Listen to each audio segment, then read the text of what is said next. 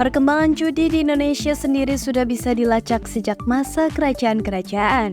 Bahkan ketika Indonesia dijajah oleh Belanda, praktek perjudian mengalami perubahan yang cukup signifikan. Tak berhenti sampai masa penjajahan Belanda, ketika Indonesia merdeka perkembangan judi semakin beragam. Dalam sejarah awal perjudian di Indonesia, bukti lain yang menggambarkan bagaimana praktek perjudian sudah melekat di masyarakat adalah catatan mengenai adu ayam atau sambung ayam. Pola perjudian dengan ayam ini juga jadi bahasan dalam kitab para raton yang menjelaskan bahwa Ken Arok sebelum menjadi Raja Singasari sering melakukan sambung ayam. Permainan judi sambung ayam ini agaknya menjadi salah satu jenis perjudian yang masih eksis hingga hari ini, terutama di daerah-daerah perkampungan. Marwati Junaid dan kawan-kawan dalam buku berjudul Sejarah Nasional Indonesia Jilid 2, Zaman Kuno 2019. Bukti-bukti mengenai perkembangan judi ini juga dapat dilihat pada struktur pejabat di lingkungan Kerajaan Mataram. Sejarah awal perjudian Indonesia mencatat bahwa pada bagian kerajaan tersebut terdapat Tuhan Judi atau juru judi yang memiliki tugas untuk mengurusi bandar judi. Ketika VOC datang ke wilayah Batavia, waktu itu praktek perjudian dan rumah-rumah judi yang ada sudah menjadi hal yang lumrah. Perkembangan rumah-rumah judi di Batavia ini memang tidak bisa lepas dari kehadiran orang-orang Tionghoa di Batavia. Ketika bermigrasi dari negeri kelahiran mereka dan berpindah ke Hindia Belanda, kebiasaan-kebiasaan perjudian tersebut tak serta-merta hilang begitu saja. Dalam sejarah awal perjudian di Indonesia, menjamurnya jumlah rumah-rumah judi di Batavia sebenarnya cukup menguntungkan bagi orang-orang Belanda waktu itu. Satu sisi orang-orang Tionghoa mendapatkan kesenangan dari perjudian, namun sisi yang lain orang-orang Belanda dapat menarik pajak dari perjudian tersebut. Perkembangan dari rumah-rumah perjudian ini pun pada akhirnya tidak hanya merambah orang-orang Tionghoa, melainkan juga masyarakat pribumi.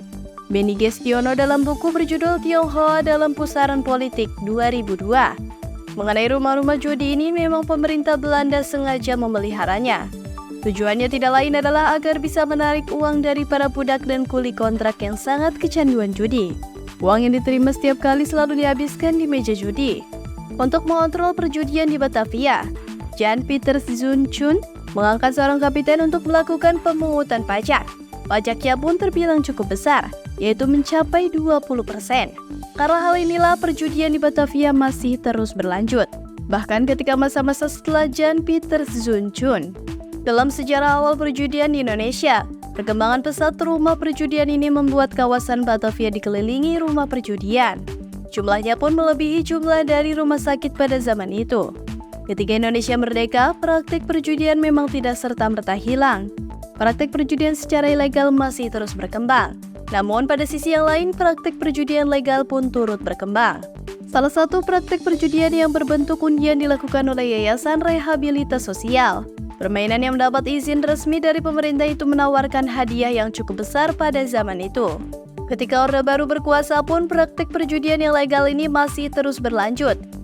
Salah satunya adalah dengan munculnya program SDSB atau Sumbangan Dermawan Sosial Berhadiah. Praktik undian ini sendiri sebenarnya mendapatkan banyak protes dari berbagai pihak, seperti MUI maupun tokoh-tokoh agama. Tak hanya itu, penyanyi dangdut kondang Rhoma Irama pun turut memberikan kritikan terhadap program Orde Baru ini. Meskipun lebih mirip judi ketimbang undian, pemerintah waktu itu tetap enggan menyebutkan sebagai praktik perjudian. Sebenarnya tak hanya perihal undian yang lebih cenderung ke arah perjudian. Alasan lain MUI melarang undian porkas adalah karena di masyarakat mulai marak terjadinya praktik perdukunan untuk menebak hasil dari undian tersebut. Dampak buruknya dari praktik undian porkas ini adalah masyarakat menjadi enggan untuk berusaha dan terlalu bergantung pada keberuntungan. Mereka menjadi malas dan terbuai dengan harapan-harapan dapat memenangkan hadiah besar dari perjudian itu. Dalam sejarah awal perjudian di Indonesia, undian porkas sendiri baru berhenti pada 24 September 1994. Hal itu berdasarkan keputusan dari Menteri Sosial yang mengurusi bagian tersebut.